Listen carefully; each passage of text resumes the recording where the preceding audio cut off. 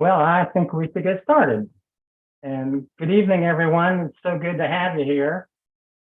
This is the War Industry Resistors Network. We do these webinars about once a month. And tonight's session, as you well know, features Bruce Gagnon. And we're going to have Dave Webb, his colleague with the Global Network, on a video.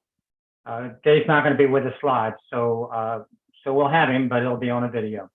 The topic is the militarization and profiteering of space, masters of space. And to begin, I'm going to ask my colleague, Paul Shannon, to give us a little rundown on WERN, just to get started. Go ahead, Paul. Okay, well, thank you very much, Ken. It looks like we're going to have a great audience this evening for this important topic. What is the War Industry Resistors Network?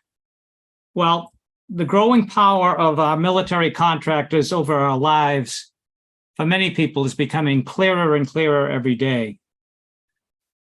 WERN's webinars have exposed how these merchants of death drive our foreign policy and shape our culture to make what they do seem normal.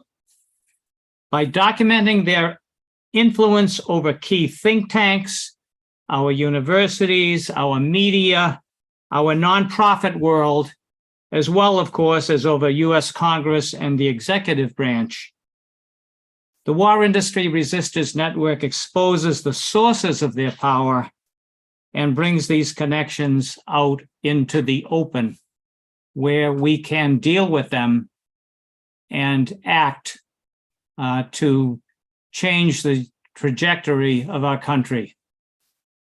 We hope you will join us in this effort. We are a network of many groups around the country who are focused on a military contractor in their community. We try to bring these groups together in a network to educate ourselves together and at times to act in coordination with each other around particular campaigns.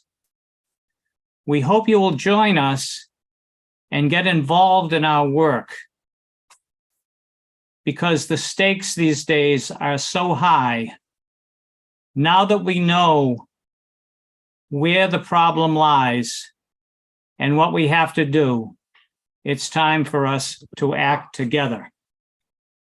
So I'm putting some contact information here. I hope you will check out our website, our Facebook, our Twitter, and get involved with us. Tonight, we will learn about the realities of the militarization of outer space and how military profiteers drive this dangerous process. On August 3rd, we will have Ann Wright and Matt Ho to talk about the role of the State Department in the military-industrial complex. And soon Brian will be putting the link to the registration for that webinar in the chat. So let us begin. Ken? Great. Thanks, Paul, very much. And my honor and pleasure to introduce Bruce Gagnon. I'll just give you a brief little bio. He's got a long bio, and you can go to the Global Network for his full bio and all the information he does there. Bruce has been organizing on space issues since 1982. He co-founded the Global Network in 1992, which he still coordinates. He has spoken around the world, published many articles related to militarization of space and other issues related to war and peace. He's been an activist and organizer almost all his adult life and blogs regularly on Organizing Notes, is the name of his blog.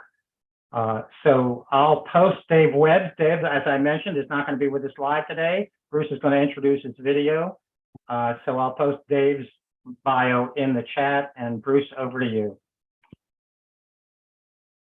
Thank you, Ken, and thank you all for inviting me and Dave, and thank those of you who are attending as well. Dave Webb is a wonderful human being. He lives in Leeds, England. He's a retired engineering professor who in his later years switched to teaching peace studies at a university in Leeds. He's the chair of the Global Network's board of directors, and he also is our webmaster. He's the recent former national chair of United Kingdom's CND, Campaign for Nuclear Disarmament. He gave this presentation on video to our 31st annual Global Network annual meeting last Saturday. And he would have liked to have been here himself, but it's about 1 or 2 in the morning right now, his time in England. So this video, I think, will be a good substitute. So I guess we're ready.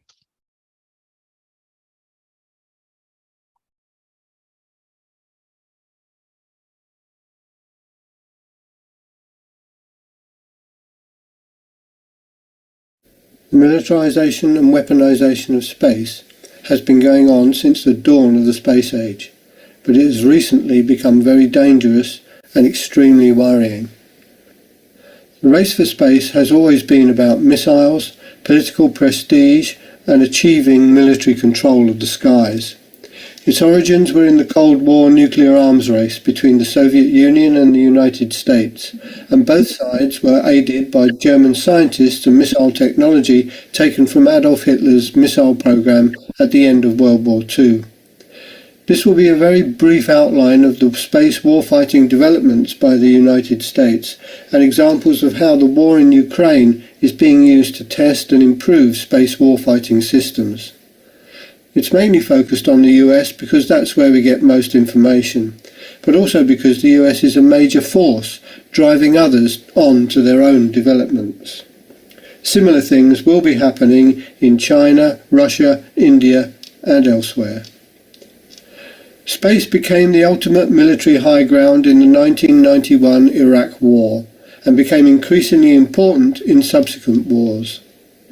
Then, in 1997, US Space Command released its Vision for 2020, which describes the goal of the US as being to achieve full-spectrum dominance, military superiority on land, at sea, in the air, in space, and of information. And in 2019, Donald Trump authorized the US Space Force, saying, "There is going to be a lot of things happening in space, because space is the world's newest warfighting domain." And Secretary of Defense Mark Esper added, "Maintaining American dominance in that domain is now the mission of the United States Space Force." In response, President Putin said that Russia needed to develop its own space forces further and made it clear that US expansion in space posed a threat to Russian interests. The US military is continually warning of the threats posed by Chinese and Russian ambitions in space, but they forget to mention their own desire to maintain dominance there. And maintaining military dominance does not come cheap. Government spending on space is increasing, and the US government is spending far more than anyone else. The Space Force budgetary requests for 2024 is $30.3 billion. This would be a 15% increase from the previous year and a near doubling of the budget since the first one 4 years ago. In 2020, Space Force announced a new command structure consisting of 3 commands: Space Operations Command, Space Systems Command, and Space Training and Readiness Command, under which there are units called deltas and garrisons. The deltas are responsible for specific operations, and garrisons are responsible for providing support functions to deltas. The first 11 deltas are assigned to Space Operations Command, with tasks as shown here: training, space domain awareness, electronic warfare, missile warning, command and control, cyberspace operations, intelligence, surveillance and reconnaissance, satellite communications and navigation warfare, orbital warfare, and the 2 Buckley and Peterson-Schriever garrisons. It's worth looking at what some of these activities are. The aim of dominating and controlling space requires an ability to monitor everything that goes on there. This is known as space domain awareness and is the role of Space Delta II. Data is collected from a variety of space sensors and ground-based telescopes and radars and is combined with intelligence sources to produce a picture of the space environment. It enables the military to monitor the activities of others in space and can provide data for targeting of anti-satellite systems.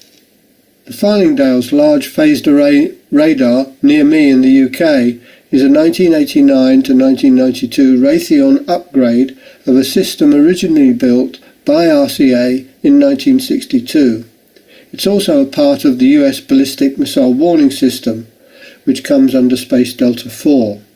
An officer of Space Delta IV is present on the base to advise on operational issues. Space Force's Space Fence is a second-generation space surveillance system located at Kwajalein Atoll in the Marshall Islands. Built by Lockheed Martin at a cost of $1.6 billion, it became operational in March 2020. The Space Surveillance Network tracks about 26,000 objects, and according to a news release, the addition of the Space Fence will increase the catalogue size significantly over time. A new addition to the Space Surveillance Network will be the Deep Space Advanced Radar Capability, or DARC. In February 2022, Space Force awarded Northrop Grumman a $341 million contract to build the first DARC radar, and the whole system will consist of 3 bases located in Texas, Australia and Britain, which will be able to detect an object the size of a football up to 36,000 kilometers away. The radar will be able to detect, track, identify and characterize objects in geosynchronous orbit, where a lot of military surveillance and communication satellites are stationed. The development of hypersonic missiles, whose speed and maneuverability make them very difficult to detect and intercept, has been a recent focus. The US and China have already conducted several tests, and Russia has claimed it has used hypersonic missiles in Ukraine. There are 2 major types: the hypersonic glide vehicle, which leaves the Earth's atmosphere and then plunges back into it, and the hypersonic cruise missile, which, while not as fast, flies low and at extremely high speeds, giving opponents little time to react.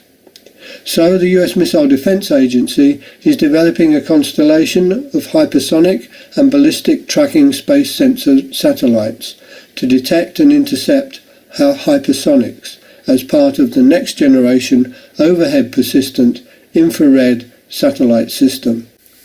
Missiles will be tracked along the satellite constellation, and information passed to the satellites equipped with more advanced sensors can then provide targeting data for interceptors.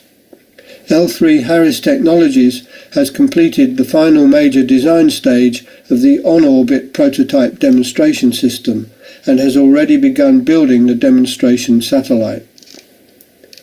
Space Force's Space War Fighting Analysis Center is responsible for conducting analysis, modelling and wargaming, and also investigating the design of missile warning, tracking and defence systems.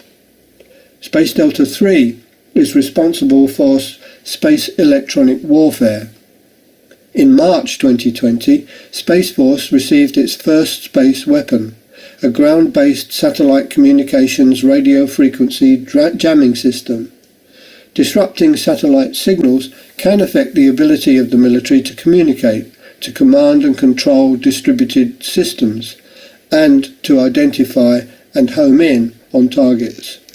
Space Force will be ordering 30 of these portable upgraded systems to combat Chinese and Russian space-based technology. L3 Harris received a $125 million contract for the upgrade, which could be ready in 2024. Delta VI is developing cyber warfare techniques and support for military satellites, and a new space-end crypto unit to help protect the network from cyber attacks, jamming and other electromagnetic interference. Northrop Grumman will work on with aeronix to build the prototype system. And Space Force also has a unit called Delta 9, established in July 2020, which is developing the secretive Boeing X-37B military spaceplane. There is also a unit called Space Delta 18, which acts as the National Space Intelligence Center to provide intelligence on threats, intentions, and activities in space. It's working to establish a national test and training complex to create accurate digital training environments for space wargaming. Currently, Space Force does not have an interest in activities beyond the Earth's orbit. However, this may change, and others are already looking at the possibilities of using nuclear energy to power deep space missions, bases on the Moon and on Mars, and the mining of planetary bodies. And aerospace corporations, the nuclear industry and Space Force are looking at nuclear-powered satellites as a way of either dodging space weapons or perhaps powering them. Recently, the war in Ukraine has drawn attention to the use of commercial satellites to track troop movements and monitor the impact of attacks. The US, UK and others have pumped billions of dollars worth of arms and equipment into the Ukrainian army to keep the war going, and arms companies are filling their pockets. Last year, Ukrainian Defense Minister Alexei Reznikov openly offered Ukraine as a venue to test NATO weapons against Russia and as a testing ground for a US war with China. General John W. Raymond, head of space operations at US Space Force, has said that the aerospace industry has helped Kiev each and every day. Satellites, drones, artificial intelligence and cyber capabilities have been central to the war since the start, and NATO has launched a €1 billion investment fund for innovation to, quote, help bring to life those nascent technologies that have the power to transform our security in the decades to come, end quote. And of course, Space Force has its own initiatives. Classified and commercial US satellites have provided Ukraine with intelligence on Russian troop movements, and SpaceX has delivered 15,000 Starlink satellite internet kits to Ukraine to enable citizens' internet access. However, it's also been used to target Russian positions with drones, which was breaking policies set out by SpaceX.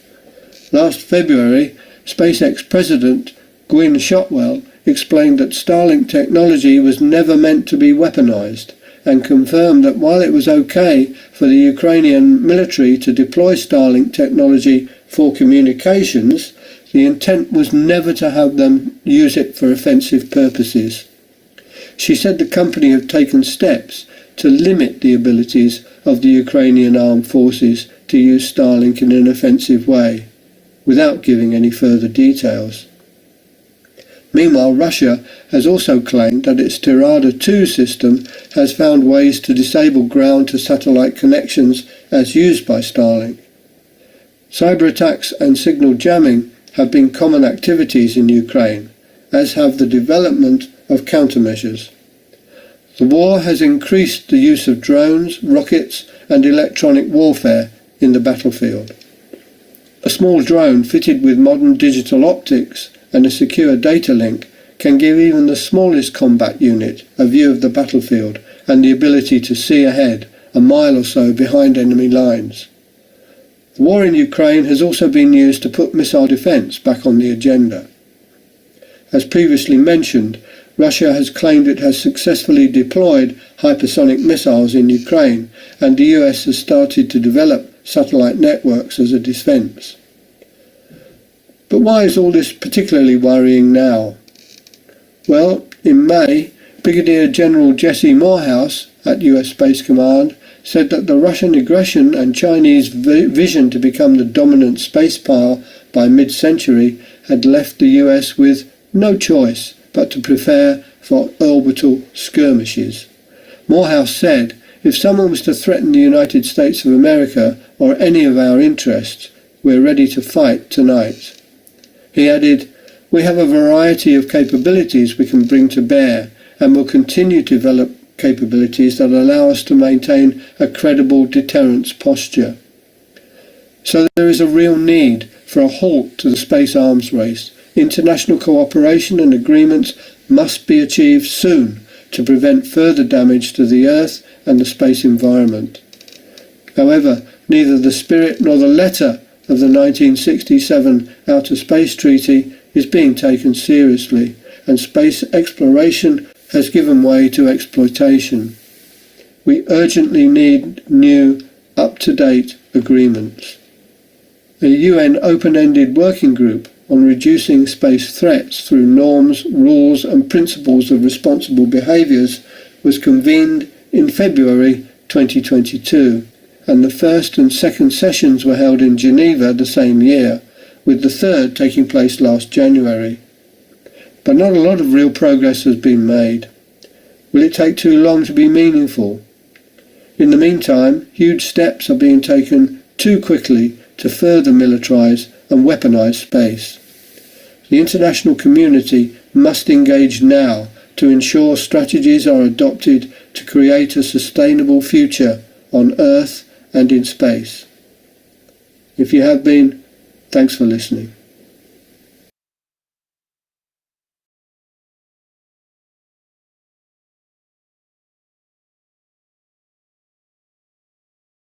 Over to you, Bruce. You ready for me? Yeah. Okay, I'm going to share my screen. No. You need to open up your PowerPoint and then and then do it. So don't share it yet, because that's what everyone is going to see. All right. Well, how do I open it? Okay. I have to go here. Okay, go there. Open up your one. All right.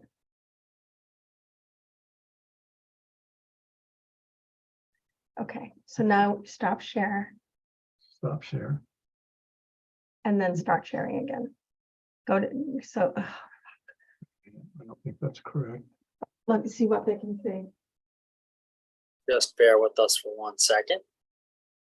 Can you see anything yet? No, I got it. There you go. Minimize this, minimize it. Okay. Now go to your screen share and do this.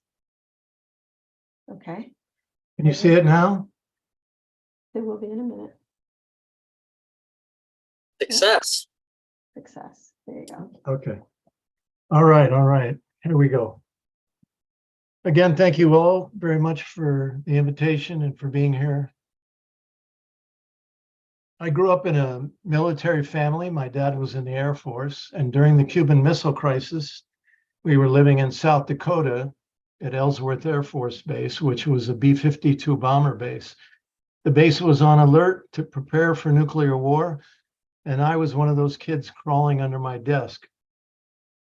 I wanted to be like my dad. I joined the Air Force in 1971, and I was stationed at an airlift base for the war in Vietnam, Travis Air Force Base. And every weekend outside the base, a small group of people would hold protests, as you see in this picture on the right. And it was those protests that really changed me. And that's where I became an anti-war activist while stationed at Travis Air Force Base. In 1982, I was living in Orlando, Florida, June 12th. Some of you might have been in New York City for almost a protest of almost 1 million people calling for a nuclear freeze. It was the UN special session on disarmament. And I was watching the rally and the march on C-SPAN. And after it was over, they cut away to a right-wing conference, and the speaker at that event was Ronald Reagan's head of SDI, Strategic Defense Initiative, Star Wars. And during the Q&A, somebody said, General Graham, there's almost 1 million people in New York today. Aren't you worried about that? He said, no, I think it's fantastic because they don't have a clue. They're out there protesting against nuclear weapons, and we're moving into space. Let them keep doing what they're doing. So it was literally in that moment that I began to study and learn about and begin to take people an hour away to the Cape Canaveral Kennedy Space Center in Florida, where I was organizing protests for the Florida Coalition for Peace and Justice. This book was crucial in my education about the origins of the space program. Wernher von Braun in the nice suit on the right was a member of the Nazi Party, and he created Hitler's V1 and V2 rocket program. They used prisoners of war as slaves inside a mountain tunnel where they developed these rockets. And actually, some of the slaves began to sabotage the operation. They urinated on wires, they left screws unturned, and so many of the rockets were going haywire. And so the Nazis hung 100 of these slaves inside of the mountain tunnel as a warning to the others that this will happen to you if you don't cooperate as you should. So under Operation Paperclip, 1,500 of the top Nazi scientists and political agents and spies, Reinhold Gehlen was brought to the US to help create the CIA. After the war, he was sent, after World War II was over, he was sent to become the head of the West German CIA's version, West German version of the CIA. Dave told you briefly about the 1997 Vision for 2020 that calls for the US to control and dominate space and deny other countries access to space. This picture on the right is from Peterson Air Force Base in Colorado Springs, one of the two primary centers of US military space activity. The other is in Huntsville, Alabama. They call Huntsville, Alabama, the Pentagon of the South. So everything that the United States military does today is coordinated and directed by space technology. So no matter whether you're a troop on the ground, in a tank, on a plane, on a ship, everything is controlled and dominated and directed by space technology. So the United States in these years, since the early 80s, has been developing this technology, putting it in place around the world. When we first created the global network in 1992, one of my first jobs was to identify places around the world where the United States had bases that were part of this Star Wars program. This is Menwith Hill, just a few miles from where Dave Webb lives, up in Yorkshire, North Yorkshire, England. And this is a NSA spy base there that is spying on everybody in Europe, intercepting all phone, fax, and email communications, and helping to direct US offensive warfare. They have regular protests there. A similar base in Australia is called Pine Gap. Its job is to intercept all phone, fax, and email communications from throughout the Asia Pacific. And they are heavily involved in the US offensive military operations using satellite technology. And again, this base gets regular protests as well. Dave briefly mentioned the X-37, the successor to the shuttle. It's a military space plane. And in fact, it's part of US first strike strategy that is being developed. Every year, the US Space Command and the Space Force now has a computer war game where they practice the taking out of Russia and China, their nuclear forces, in a first strike attack. The US launches various technologies, including this X-37 that flies down from orbit, drops an attack on the Earth. This is a rods from God, it's called, firing tungsten steel rods from orbiting satellites, still under development. This is the ground-based laser located at Kirtland Air Force Base in New Mexico. It's able to actually blind or even take out enemy satellites. So all these various technologies would be used in a US first strike attack, including the cyber command. The first time cyber warfare was ever used was when Bill Clinton was president and the US NATO attacked Yugoslavia, breaking that communist country up into small pieces. And what they did was they used cyber capabilities to crawl inside of Yugoslavia's air defense system. They shut it down so that when US NATO bombers were flying over Belgrade, dropping their bombs, they couldn't retaliate. They couldn't shoot any of those planes out of the sky because the cyber military arm had shut down their air defense system. One of the big components of US warfighting first strike technology is what's called misnamed missile defense. It's really part of, again, US first strike attack program. There are various parts of missile defense. On the left, you'll see an Aegis destroyer that is made at Bath Iron Works near where I live here in Maine. And they can fire two different systems. They can fire first strike attack, Tomahawk nuclear capable cruise missiles that would be used in part of the first strike. But then this SM-3 on the right side of the picture in the blue is an interceptor missile. So after the US launches a first strike attack on Russia and China, they try to fire whatever remaining retaliatory capability they have. And it is at that point that the missile defense system would be used to pick off any retaliatory strikes by Russia and China, giving the US a quote unquote successful first strike attack. So there are many versions of missile defense now, ground-based, sea-based. The one in the middle, mid-course, it's the one that has the most problem with the testing because its job is to have a bullet hit a bullet in deep space. But the one on the left, the Aegis-based system, has had the best testing rate of any of the missile defense systems because with a warship, you're able to get right up against the quote-unquote offending country, very close to their border. So you can take a shot at their missiles right after they launch them because they're slow moving off the ground. There's rocket exhaust, easy to identify. So as a result of these Aegis destroyer capability, the United States has decided to put two missile bases in Romania and Poland, and they call it Aegis Ashore. So again, the same capability that can fire first strike attack, nuclear capable Tomahawk cruise missiles at Russia from Romania in just a few moments' time.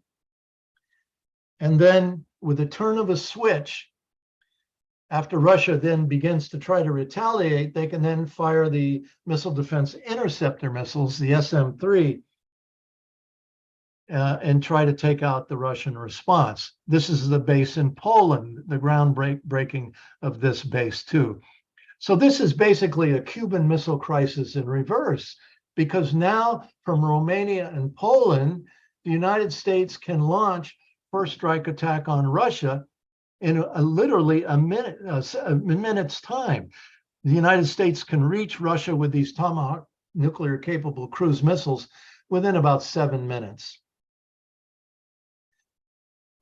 After the collapse of the former Soviet Union, Mikhail Gorbachev was asked to agree to the reunification of East and West Germany. And he said, well, I can't really do that because of NATO. NATO is still around. You haven't shut it down. We've closed down the former Warsaw Pact alliance, but NATO's a problem for us. So Gorbachev was promised that if he agreed to the reunification of Germany, East and West, the United States would never move NATO 1 inch towards Russia. Well, during the Clinton administration, he began what's called NATO enhancement. And since that time, NATO has been on steroids, moving into Bulgaria, Romania, Poland, Latvia, Lithuania, Estonia, and other places in Eastern Europe. And now they want Ukraine and they want Georgia as well as part of NATO.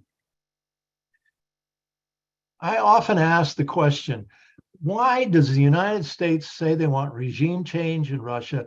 Why do they say they want to break Russia up into smaller countries like was done to Yugoslavia during the Clinton administration, the US-NATO war on Yugoslavia? Why? What's the really driving this? And I've come to believe one of the primary reasons is climate change. Because of the melting of the Arctic Ocean, the ice, the Western resource extraction corporations want to drill, baby, drill up in that region. But Russia has the largest border with the Arctic, and they happen to have the world's largest resource base of any country in the world. So just like by now, we should know that all of US wars are about resources, aren't they? Iraq was about oil and et cetera, et cetera. And so this is what I think is driving this war.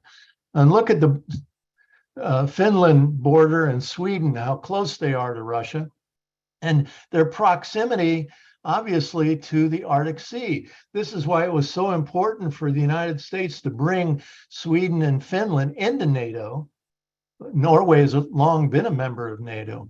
Look at the Norwegian border, how it comes around, swings around over the top of Sweden and comes down to Finland. And it actually has a place where Norway's border actually touches Russia's border. On the day of the special military operation that began in February of 2022, NATO began a war game called Cold Response at that point where Norway and Russia have the border. And so I would submit to you that one of the reasons, amongst many, that Russia felt that it had to respond to the growing NATO expansion, the war games on its borders by NATO, was this Arctic issue. And in fact, our senator from Maine, Angus King, went on a joyride on a nuclear submarine some years ago that was featured in the New York Times by Thomas Friedman. He went along and wrote a story about it. And the head of the Navy at that time told King that we've got to get under here, under this ocean now. We've got to take control of the Arctic, and we're developing plans to do so because we've got to make sure that our weapon systems work in this region so that we can take control of the Arctic. And so Russia is obviously concerned about this NATO expansion into the Arctic as well. This is a study done by the Rand Corporation in 2019, long before the special military operation began. It's called Overextending and Unbalancing Russia, basically calling again for this regime change and break up the balkanization of Russia, doing what to Russia what was done to Yugoslavia during the Clinton administration. This article on the left to me is staggering. Washington must prepare for war with both Russia and China. Pivoting to Asia and forgetting about Europe isn't an option. So one of the preeminent foreign policy instruments of the ruling elite in America is calling for a two-front war against two nuclear superpowers when we couldn't even beat Afghanistan in 20 years with the help of NATO. Now, is this insane or what? I mean, it's just unbelievable. And on the right is a map. Not enough people talk about this, I think. You know, we hear a lot about, oh, Russia's going to launch a nuclear war, against Ukraine. Well, Russia actually has a no first use policy. Russia has said the only time we would use nuclear weapons if there was an existential threat against our country from the West. But in fact, today, the United States has nuclear weapons in 7 countries throughout Europe, in England, in the Netherlands, Belgium, Germany, Italy, and Turkey. So is that not, again, a Cuban Missile Crisis in reverse? And the American people know virtually nothing about this. At the same time, during the Obama administration, they announced the pivot to Asia, moving US military there. Some of you might have heard about Jeju Island in South Korea, an island just off the coast, the southern coast of the Korean Peninsula. The global network was invited on 2 occasions to hold our annual meeting in Korea, one time in Seoul, but excuse me, one time in Jeju Island. And this is Jeju Island, and after this Navy base has been built there that people struggled against for years with support from all over the world, and now US warships are landing there. And the reason why the United States wanted that Navy base in Jeju Island, and the reason why they're sending their warships there today, is because it sits right at the entryway of the South China Sea, a very important choke-off point if you want to shut down China's economy. One grave danger we're facing today with all of the satellite launches from the military and from SpaceX and other private corporations. SpaceX has already launched thousands of satellites into lower Earth orbit, what they call LEO, lower Earth orbit. And in addition, they're now asking the FCC to authorize them to launch 30,000 more satellites. The strategy is, as the lower Earth orbit becomes increasingly crowded, the US and its allies are trying to fill up all the parking spaces in the orbits before China and other countries can put their satellites there. This would give the US a better chance for control and domination of the Earth below via space technology, because every satellite that is launched today is virtually dual use. So even when they tell us, oh, that's a civilian satellite, they're just doing studies of climate change and things like that. The fact is the military has contracts with these private satellite companies and they use them for military purposes. Well, there's a scientist at NASA by the name of Kessler, and he has predicted, it's now called the Kessler syndrome. He's predicted that soon, because of growing space debris in space, we're going to have a cascading set of collisions as the orbits become increasingly occupied and crowded. And this cascading collision will just create so much more space debris that suddenly the Earth will go dark.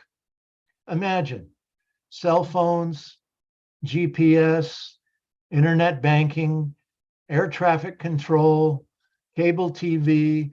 Much of what we do on the Earth today is controlled via space satellites. But when you have this Kessler syndrome kick into action, and you have this cascading breaking up of satellites, creating even more space debris, it becomes absolutely problematic. In 1989, I organized a protest at the Kennedy Space Center in Florida, and our speaker that day was Apollo astronaut Edgar Mitchell, the only US astronaut to ever come to a peace protest at the Space Center. And he said, if we ever have one war in space, it will be the one and only, because we will create so much debris orbiting around the planet that we will be entombed to the planet Earth forever. There's no way to clean it up. We won't be able to get a rocket off the planet Earth. At the same time, all of these launches, these thousands of launches, are putting major amounts of pollution into the atmosphere, and it's affecting the ozone layer. It's diminishing the ozone layer as well. So that's we've got to begin to look at space as an environment that needs protecting just as much as lakes and rivers and oceans on the Earth. You know, they've always said that dilution was the solution to pollution. You can pour contaminants into lakes and rivers, don't worry about it because it's all diluted. And they view the space the same way. Oh, don't worry, it's vast and limitless. There's no harm that we can do. Years ago, I read in one of the space industry publications called Space News that they were sending their lobbyists to Washington to secure a dedicated funding source to pay for Star Wars. They said that Star Wars would be the largest industrial project in the history of the planet Earth, and they needed a dedicated funding source. And they said, we found it. It's called the entitlement programs that officially are Social Security, Medicare, Medicaid, and what's left of the welfare program, which is in tatters today. So there's a direct connection between growing poverty and the attempts to destroy the entitlement programs and Star Wars. So I've always said to people, you know, I'm not asking you to stop doing what you're working on now, but just make the connections. Talk, you know, if you're working in the poverty field, talk about how Star Wars, US domination of space, is directly impacting our ability to deal with climate change and deal with poverty and everything else we need to do on this planet. Thank you very much.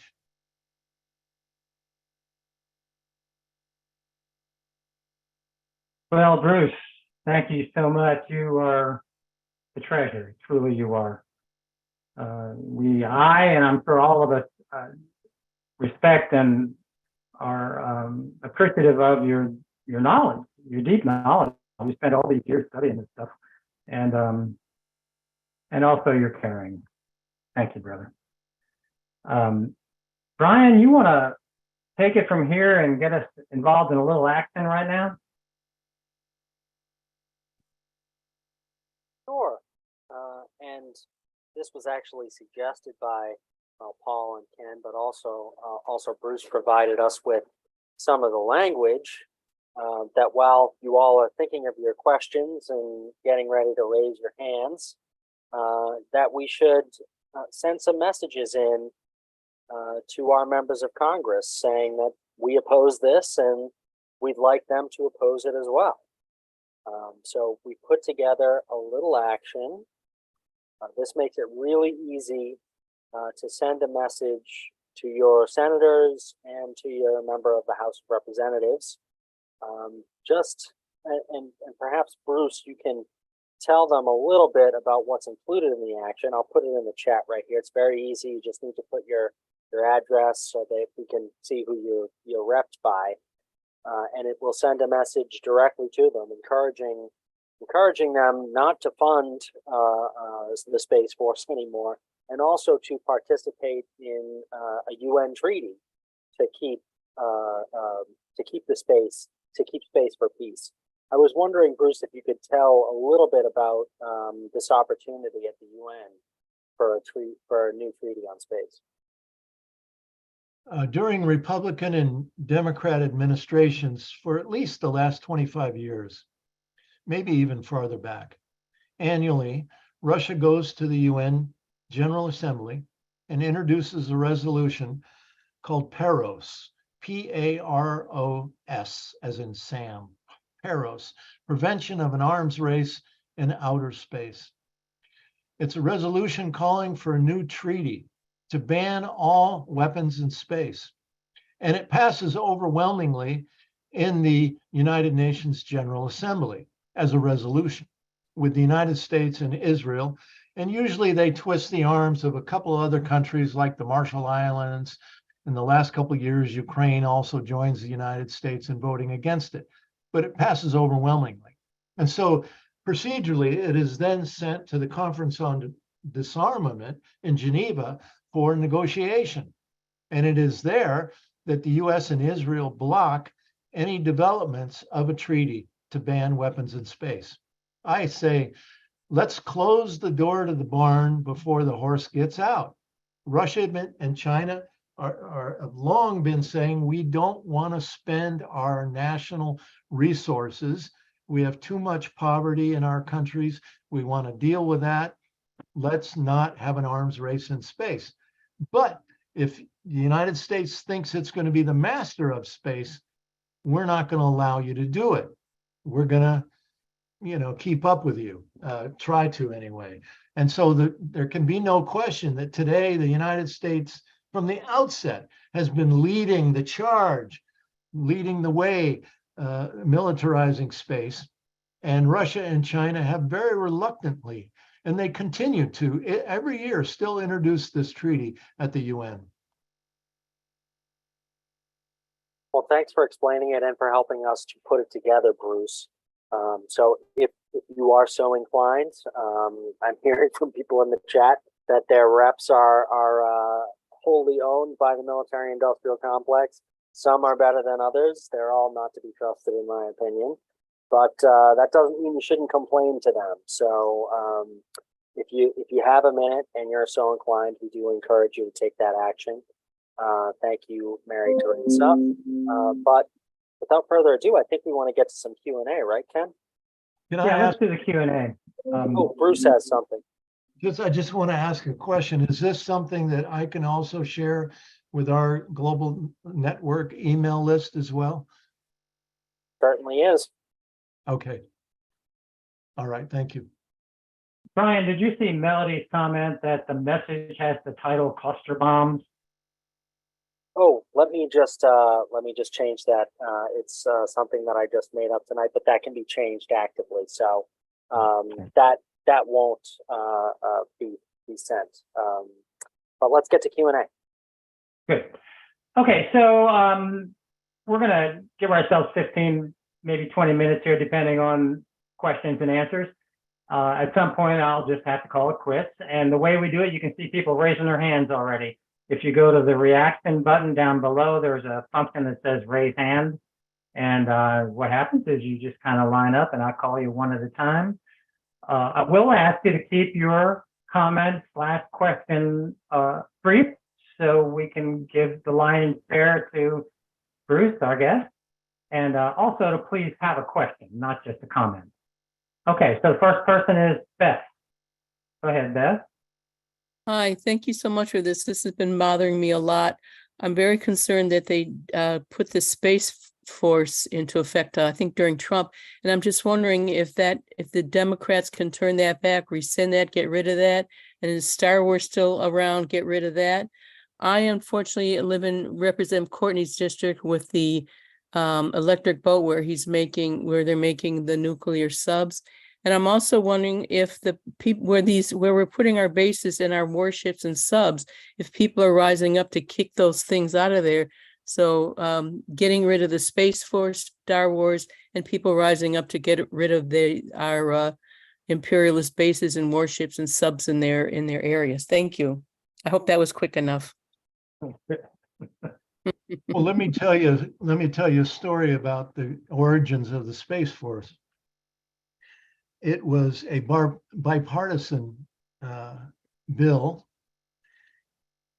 passed during the Trump administration, you're correct, but the Democrats controlled the House of Representatives. And if they had voted no, there would be no Space Force today.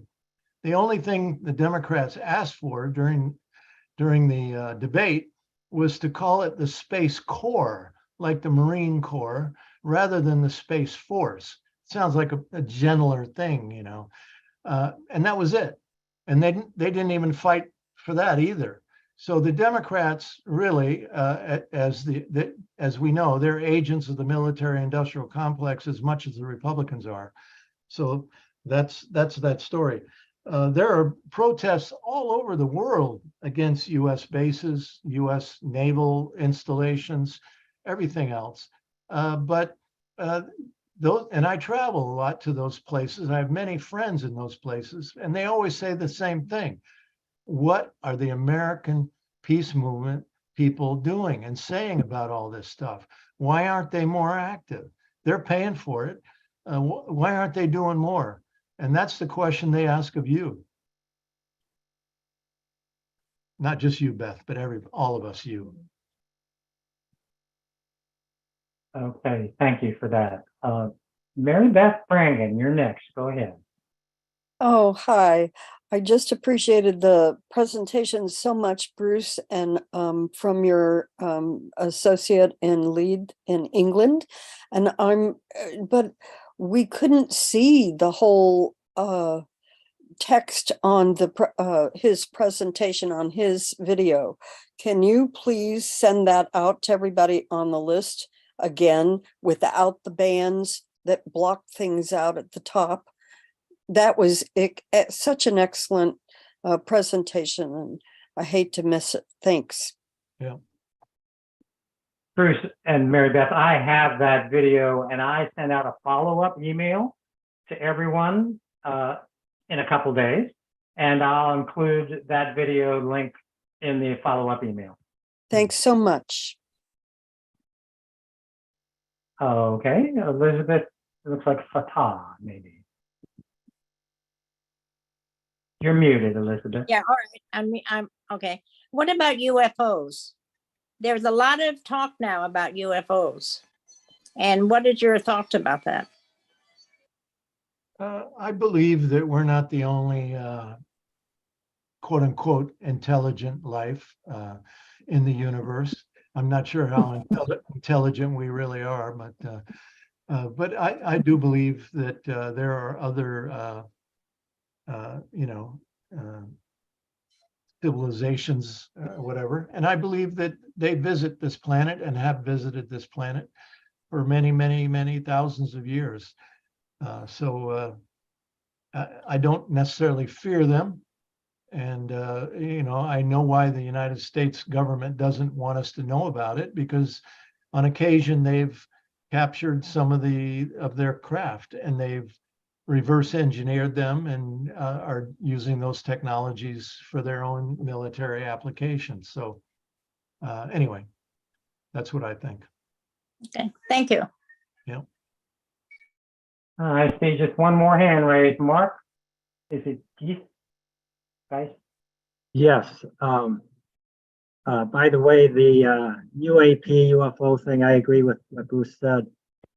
Bruce, I saw you speak about 20 or so years ago in Milwaukee, and which was also an excellent presentation. And you mentioned in that presentation that when you had spoken in France, as I recall, you said more than one person took you aside and said, "You Americans live under fascism and you don't even know it." And that was really stuck with me.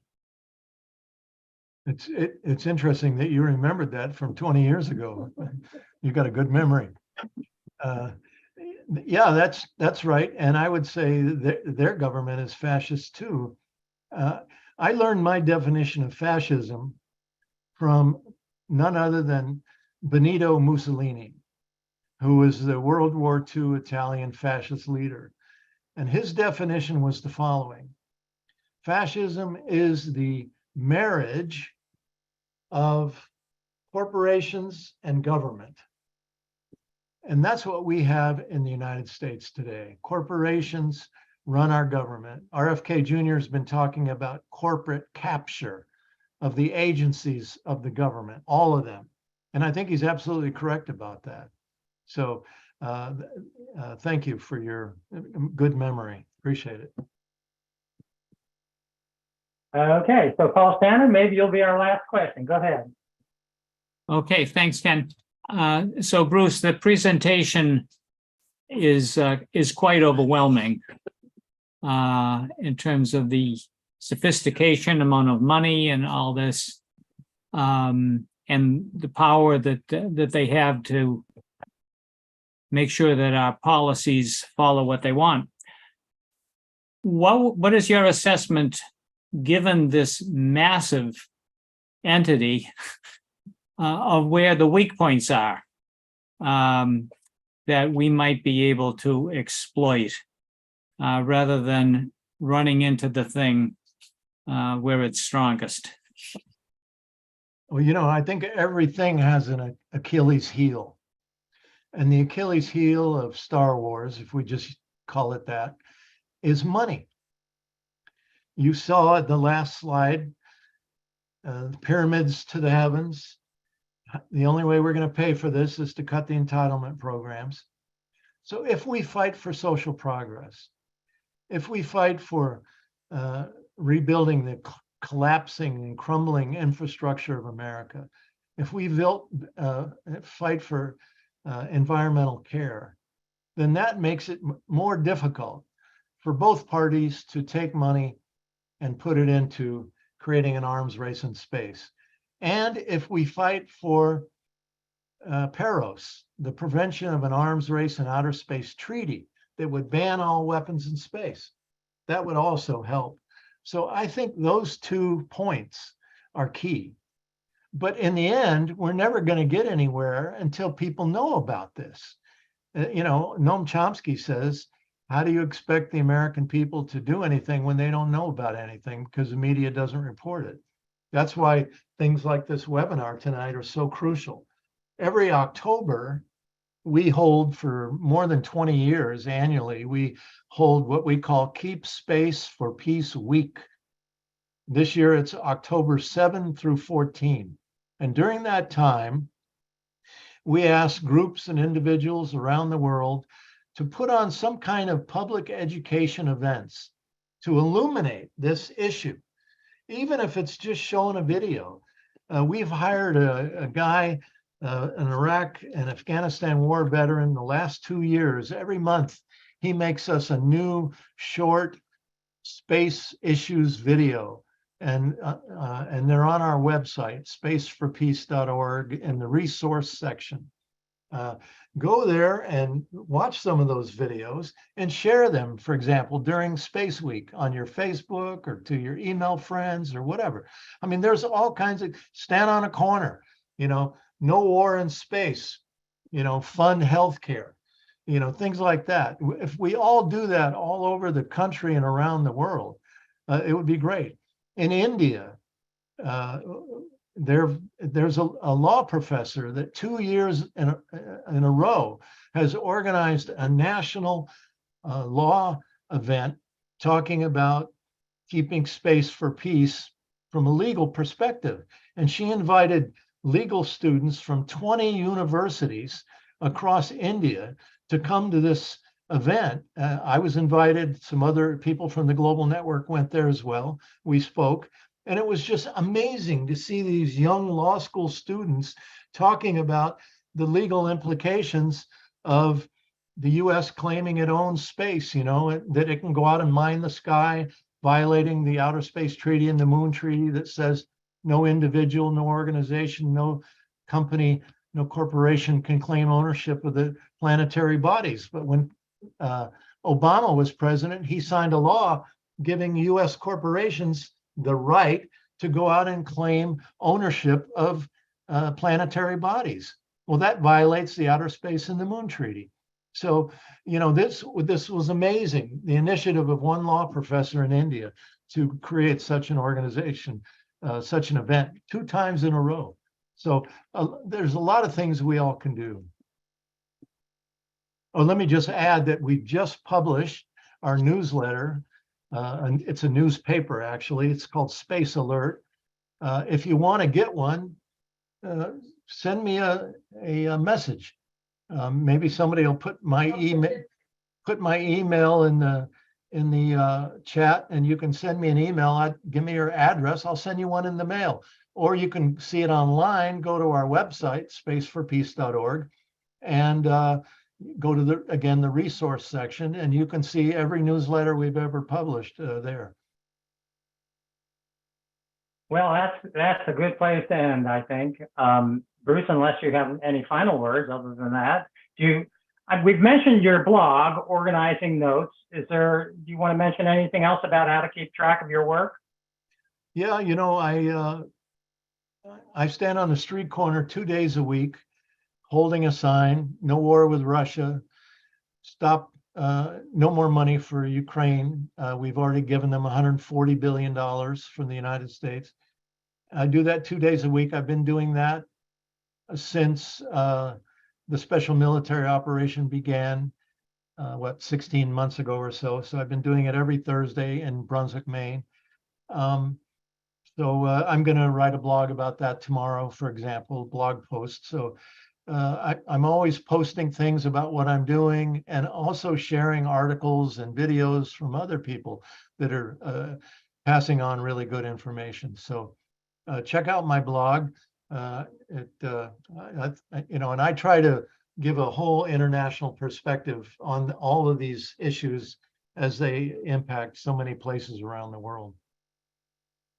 Good, thanks. He writes a blog every single day. So pretty amazing, Bruce. Brian just put the link to the blog in the chat, and Mary Beth put Bruce's email in the chat. So yeah, get in touch and follow him. So thank you, Bruce. Thank you for everyone who's come tonight. We've had quite a few people here. We were up to 115 at one point, 115 people here.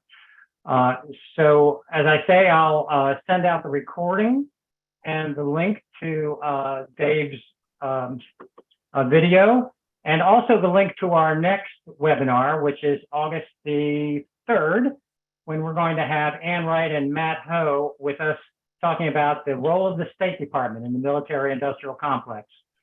So thank you all for coming. Thank you again, Bruce, and let's keep at it, everyone. Thank you.